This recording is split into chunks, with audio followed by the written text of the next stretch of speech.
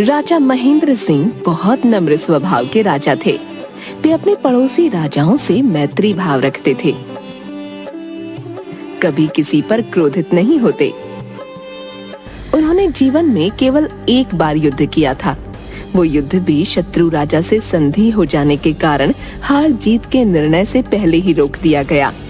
राजा महेंद्र सिंह की आदत थी कि वो इस युद्ध के बहाने अपनी वीरता की बड़ी बड़ी डींगे मारता रहता। महाराज, आपकी तलवार की धार कम हो गई है। मेरी तलवार की धार तुम क्या जानो मंत्री? मैं कुछ समझा नहीं महाराज। युद्ध में जब मेरे बाण से भैरवनाथ का धनुष टूट गया था, तब मैंने उसे अपनी तलवार दी। युद्ध बराबरी का होना चाहिए। निहत्थे शत्रु पर वार नहीं किया जा सकता। किंतु वो दुष्ट मेरी ही तलवार लेकर मुझ पर ही चिल्लाने लगा। मैं क्रोध में रथ से नीचे उतरा। जानते हो, धरती पर मेरे कदम पड़ते ही भूकंप आ गया। धरती कांपने लगी। जहां मेरे कदम पड़े वहां भूमि अंदर धंस गई। ये देख बेचारे भैरवनाथ की तो बुरी दशा हो गई। तब से मैंने मातृभूमि की खातिर क्रोध करना छोड़ दिया है। महाराज, आप महान हैं। तभी दरबान आता है। महाराज की जय हो। महाराज, राज्य से कुछ लोग आए हैं। महाराज हाँ में सिर हिलाते हैं। महाराज, कल से 5 दिवस चलने वाला महाभोज प्रारंभ हो रहा है। हम चाहते हैं कि प्रथम भोज आप ग्रहण करें। हाँ हाँ, क्यों नहीं, हम अवश्य आएंगे।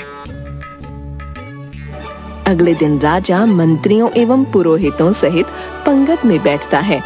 वो बहुत से भोजन गपागप खा गए। सब हैरान होकर देखते रह गए।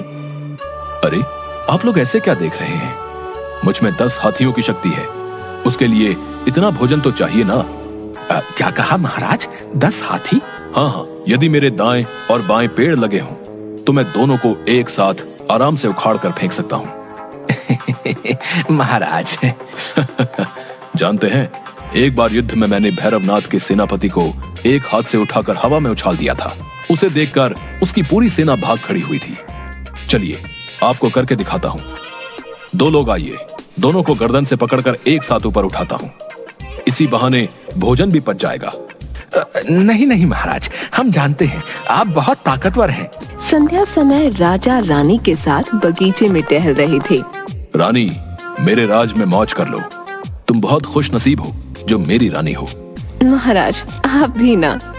यदि मैं इस राज्य का राजा ना होता तो भैरवनाथ वो युद्ध जीतकर सबको अपना दास बना लेता। फिर ये राजयोग नहीं नसीब होता। भैरवनाथ बहुत प्रतापी है क्या? हाँ, सारे राजा तो उसके नाम से ही डरते हैं, और वो मेरे नाम से। मैंने युद्ध में उसे ऐसा मजा चखाया कि बेचारा घुटनों पर बैठकर जान से ना मारने की भीख मांगने लगा था। वो तो मुझे उस पर तरस आ गया, इसलिए मैंने संधि करके युद्ध समाप्त कर दिया। महाराज छोड़िए ना, ये कहानी मैं कितनी बार सुन चुकी हूँ। देखिए आज कितना सुहावना मौसम है। ये रंग बिरंगे फूल कितने प्यारे लग रहे हैं। हाँ हाँ, सब कुछ बहुत अच्छा लग रहा है। तभी एक छोटी सी सुंदर चिड़िया फूलों पर आकर बैठ गई। रानी को वो चिड़िया बहुत प्यारी लगी तो वो उसे पकड़ने लगी। चिड़िया उनके हाथ में चोंच मारकर दूसरे फूल पर बैठ गई। रानी दर्द से चिल्लाते हुए, हाय मैं मर गई। देखिए ना, आपके होते हुए जरा सी चिड़िया ने आपकी रानी को कितना कष्ट दे दिया। आप भैरवनाथ को डरा सकते हैं तो चलिए इस दुष्ट चिड़िया को पकड़कर मुझे दीजिए, मैं इसे अभी मजा चखाती हूँ। अरे, इतना भी नहीं सह सकती? आप मेरे लिए इतना भी नहीं कर सकते, केवल बड़ी बड़ी डींगे मारते हैं। सुनकर राजा चिड़िया को पकड़ने जाते हैं पर वो हाथ नहीं आती। राजा थक कर बैठ जाते हैं। रानी, मैं ये नहीं कर सकता। ये चिड़िया बड़ी चतुर है। आप राजा होकर हार मान गए? ऐसी बातें कर रहे हैं? सीधे सीधे कहिए, आप इस चिड़िया से डर गए, आप कायर हैं। रानी, ज़बान संभाल कर। मेरा नाम राजा महेंद्र सिंह है। तुम इसके सिवा जो कहोगी वो करूंगा। अच्छा, तो महाराज महेंद्र सिंह, आप 24 घंटों में एक शेर का शिकार करके ले आइए, तभी मानूंगी कि आप कायर नहीं हैं, वास्तव के सिंह हैं। सुनकर राजा अपनी मूंछों को ताव देने लगते हैं। यदि ये कर पाए तो ही समझूंगी कि आप कायर नहीं हैं, कहकर रानी वहां से चली जाती है। राजा अपने चारों ओर देखते हैं। सभी सेवक सिर झुकाए खड़े थे। राजा को रात को नींद नहीं आती। वो सोचते हैं कि यदि सेवकों ने यह बात बाहर जाकर सबको बता दी तो उनका क्या सम्मान रह जाएगा। रानी के साथ साथ सब लोग उन्हें कायर समझेंगे।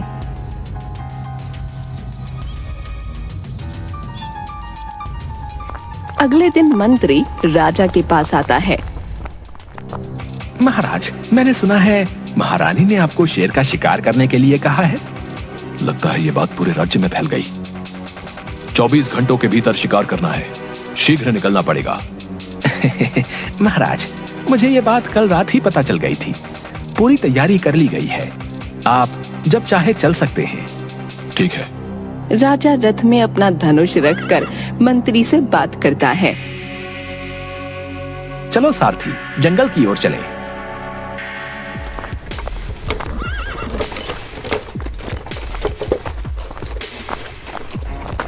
राजा का रथ और कुछ सिपाही जंगल में पहुंच जाते हैं। बहुत ढूंढने पर भी उन्हें कोई शेर नहीं मिलता।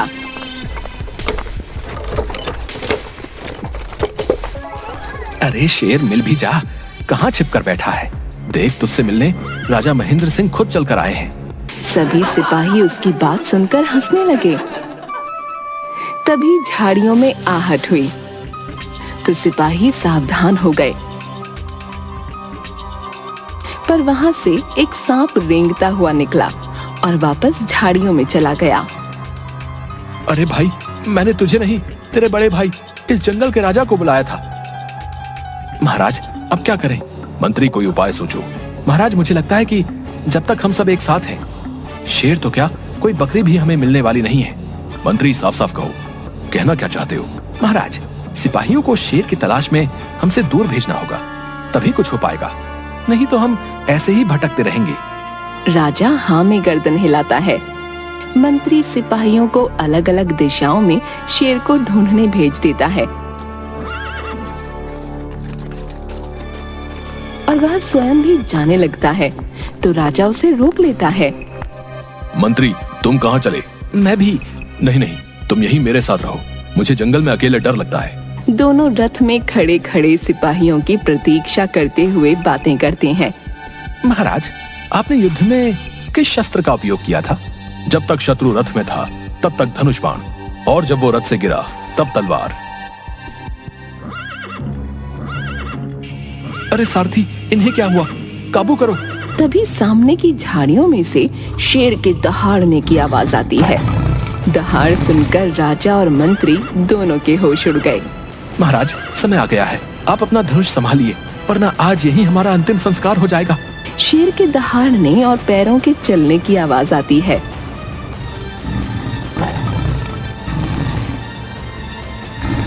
मंत्री, बाण तुम चलाओ, मेरा निशाना थोड़ा कमजोर है। महाराज, मैं।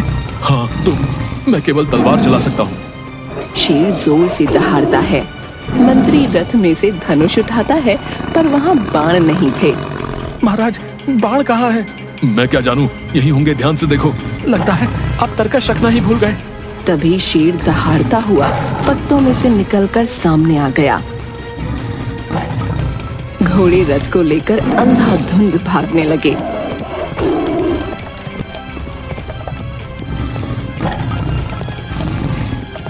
रथ का संतुलन बिगड़ गया। राजा और मंत्री दोनों डरकर बैठ गए। तभी रथ एक पेड़ से टकराया और उसका एक हिस्सा टूट गया, पर घोड़े नहीं रुके। राजा और मंत्री दोनों नीचे गिर गए और राजा का मुकुट दूर जा गिरा। महाराज, आपका मुकुट, आपका सम्मान। अरे मंत्री, छोड़ो मुकुट और सम्मान, पहले जान तो बचे। तभी शेर दहाड़ता हुआ उनके पास भागता हुआ आने लगा। महाराज, मैं और नहीं भाग सकता, चलिए किसी पेड़ पर चढ़ जाते हैं। मुझे ऊंचाई से डर लगता है, मैं केवल भाग सकता हूँ। मंत्री ने पीछे मुड़कर देखा तो शेर भागता हुआ आ रहा था।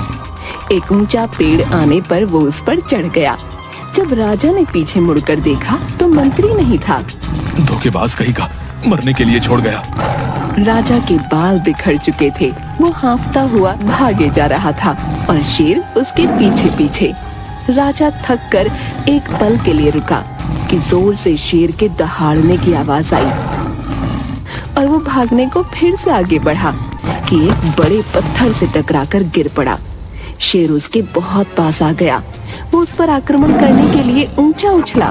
राजा ने डरकर आंखें बंद कर लीं। शेर के जोर से दहाड़ने की आवाज आई। राजा ने आंखें खोलकर देखा कि दूर से एक जाल आकर शेर पर गिरा और वो उसमें फंस गया। राजा की जान में जान आई। तभी मंत्री और सिपाही वहां आ गए। 2 शिकारियों ने जाकर शेर को जाल सहित एक पिंजरे में डाल दिया। क्षमा महाराज, मुझे आपको संकट में छोड़कर जाना पड़ा। यदि मैं ऐसा नहीं करता तो ये शेर हम दोनों को मार डालता। मंत्री, इतनी जल्दी ये शिकारी तुम्हें कहाँ मिल गए? महाराज, मैंने इन्हें पहले ही बुला लिया था। शेर का कुछ पता थोड़ी है, बाण लगने से मरे ना मरे, किंतु ये शिकारी हम तक पहुंचे नहीं, इसलिए मैं इन्हें देखने गया था। अच्छा, और तब तक मैं मर जाता तो? मैं तो हमारे प्राण बचाने के लिए ही गया था। तभी एक सिपाही आकर राजा को उसका मुकुट देता है और सभी लोग घोड़ों पर बैठकर वापस महल की ओर जाते हैं। महाराज, आप चिंता मत कीजिए। जंगल में जो कुछ हुआ वो किसी को कभी पता नहीं चलेगा। मैंने सब इंतजाम कर दिया है। महल पहुंचने पर शंखनाद होने लगा। सुनो सुनो सुनो, महाराज महेंद्र सिंह ने सिंह का शिकार किया है, उसे पिंजरे में कैद कर लिया है। तभी रानी दौड़ी आई। वो महाराज की आरती उतारती है। वाह महाराज, मान गए आपको। आप वास्तव में महेंद्र सिंह हैं। उसके जाने के बाद मंत्री, धन्यवाद, तुमने मेरा सम्मान बचा लिया। महाराज, मैं आप ही का मंत्री हूँ। पर अब शेर का क्या करना है? इसे यहाँ रखने में बहुत खतरा है। चिंता मत कीजिए महाराज, वो पिंजरे में कैद है और कुछ देर बाद शिकारी उसे वापस जंगल में छोड़ देंगे। बहुत अच्छे मंत्री, मेरे साथ रहकर तुम बहुत चतुर हो गए हो। महाराज, मैं आपकी बराबरी नहीं कर सकता। आपके क्या कहने, आप बहुत प्रतापी और महान हैं महाराज।